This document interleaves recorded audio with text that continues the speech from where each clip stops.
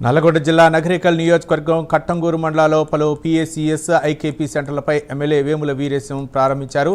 ఇక కట్టంగూరు మండల పరిధి ఐటిపాముల, గంగాదేవిగూడెం, ముత్యాలమ్మగూడెం, పెట్లంపల్లి, ఎర్రసానిగూడెం గ్రామాల్లో ధాన్యం కొనుగోలు కేంద్రాలను ప్రారంభించారు.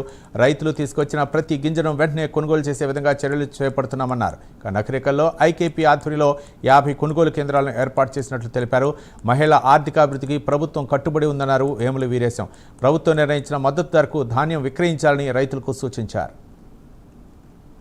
ధాన్యం కొనుగోలును వేగవంతంగా పూర్తి చేయాలని, వచ్చిన ప్రతి గింజను వెనువెంటనే కొనాలనే ఉద్దేశంతో ఈరోజు మేము ఈ సెంటర్లన్నింటినీ కూడా ఈ మండలంలో పూర్తి చేయడం జరిగింది. ఇంకా 1-2 సెంటర్లు మిగిలి ఉన్నాయి. అక్కడికి ధాన్యం కొద్దిగా తక్కువ మోతాదులో రావడంతో రేపు మార్కెట్ చైర్మన్ గారు ఆ 2 సెంటర్లు కూడా ఓపెన్ చేయబోతాం. ఇట్లా జిల్లాలో ఐకేపీ ద్వారా దాదాపు 300 సెంటర్లు నిర్వహిస్తా ఉన్నారు. దాంట్లో మేజర్ 50 పైచిలుకు సెంటర్లను నగరికల్ నియోజకవర్గాల్ని నిర్వహిస్తా ఉన్నాం. గౌరవ ముఖ్యమంత్రి రేవంత్ రెడ్డి గారు బాధ్యతగా మంచిగా పనిచేసేటువంటి మహిళా సంఘాలని ప్రోత్సహించాలి, సంఘాలని బలోపేతం చేయాలనేటువంటి ఉద్దేశంతో ఈ ముత్యాలమ్మగూడెంలో కూడా మహిళా సంఘాల ద్వారానే కొనుగోలు సెంటర్ ని రన్ చేయడం జరుగుతా ఉంది. చాలా రోజుల నుంచి మహిళా సంఘమే నిర్వహిస్తా ఉంది. ఇంకా బాగా వీళ్ళని ప్రోత్సహించాలనే ఉద్దేశంతో వేగంగా సెంటర్లను మేము ఓపెన్ చేయడం జరిగింది.